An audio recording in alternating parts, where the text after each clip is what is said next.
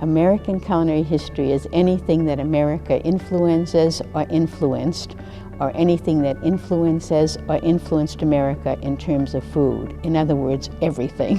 I'm Jan Longone, and I'm the curator of American Culinary History at the Clements Library at the University of Michigan. I was born reading a book, my mother tells me, and I always was interested in books. I was not always interested in food except for eating and sharing with people. But after moving to Ann Arbor after graduate school, I discovered that I was called upon to do much entertaining and all, and I always thought, well, I don't know anything about cooking, so I'll go to the library. And I discovered that there was an intellectual component to culinary history, and that there were these thousands of books that you could look at, and I just started getting more and more interested. I discovered my mind made up my mind that I should start an antiquarian bookshop, because I started teaching and lecturing all over about culinary history, and people kept saying, well, where can I find these books? You know, they're hard to find. And I started getting calls every day. You know, Julia Child told me to call you, James Beard told me to call you, Craig Claiborne told me to call you. And suddenly I became a book dealer, and I made many friends, and I started to help build libraries all over the country. John Dan, who was then director of the library, he was very clever. He was a very good builder of collections. He said, Jan, why don't you and Dan, my husband, have a display of your cookbooks at the Clements. So we looked and tried to find out what other American culinary history exhibitions had ever been held. There were none anyplace. This was going to be the first one. So we showed this exhibition, and James Beard called up and said, this is wonderful. You have codified American culinary history. It doesn't mean someone else can't do it better or change it. That's all possible. But someone had to say, here's what it is on Toto. And he wrote it up internationally, and the library had to be open more hours per day, more days per week. The exhibition was expanded, and all of a sudden there was a field of American culinary history. I mean, it was all quite marvelous. It wasn't planned or wonderful either way. So it was not planned, it just happened that way. But every day I'm more deeply immersed in it, and I'm learning more all the time. And I'm surrounded by wonderful colleagues and friends. Anyway, it's quite astonishing what people ask for the archive. First of all, of course, we want to serve the people on this campus, but you do not have to be a member of this campus to use the library.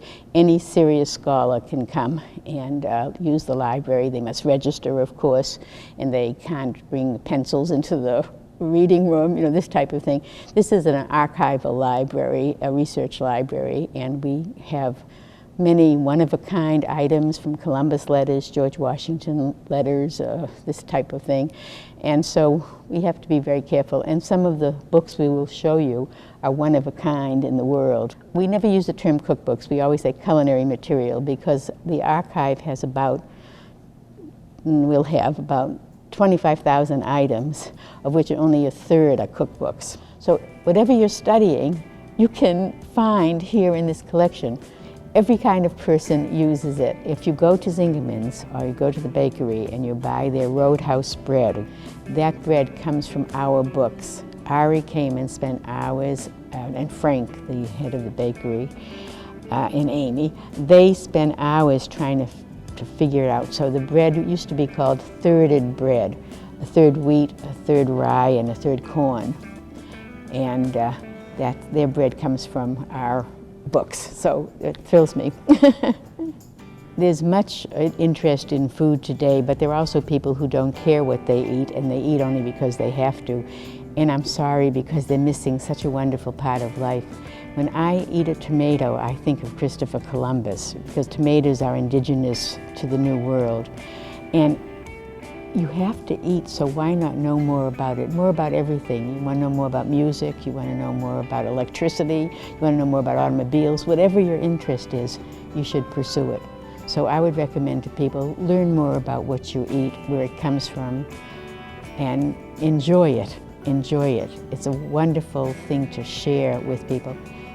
I will also say, although neither of us ever thought we'd be involved intellectually with food. We both grew up in families, Dan and myself, grew up in families where everyone came to our house when they didn't have a place to go. That is always, we knew that you shared food with people.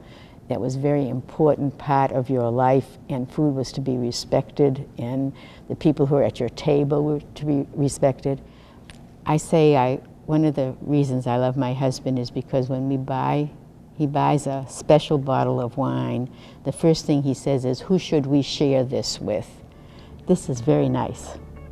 People frequently will say to me, I don't want to invite you for dinner because you kind of know so much, and I always say, no, I'm the best dinner guest because I know how hard you have worked to prepare this meal.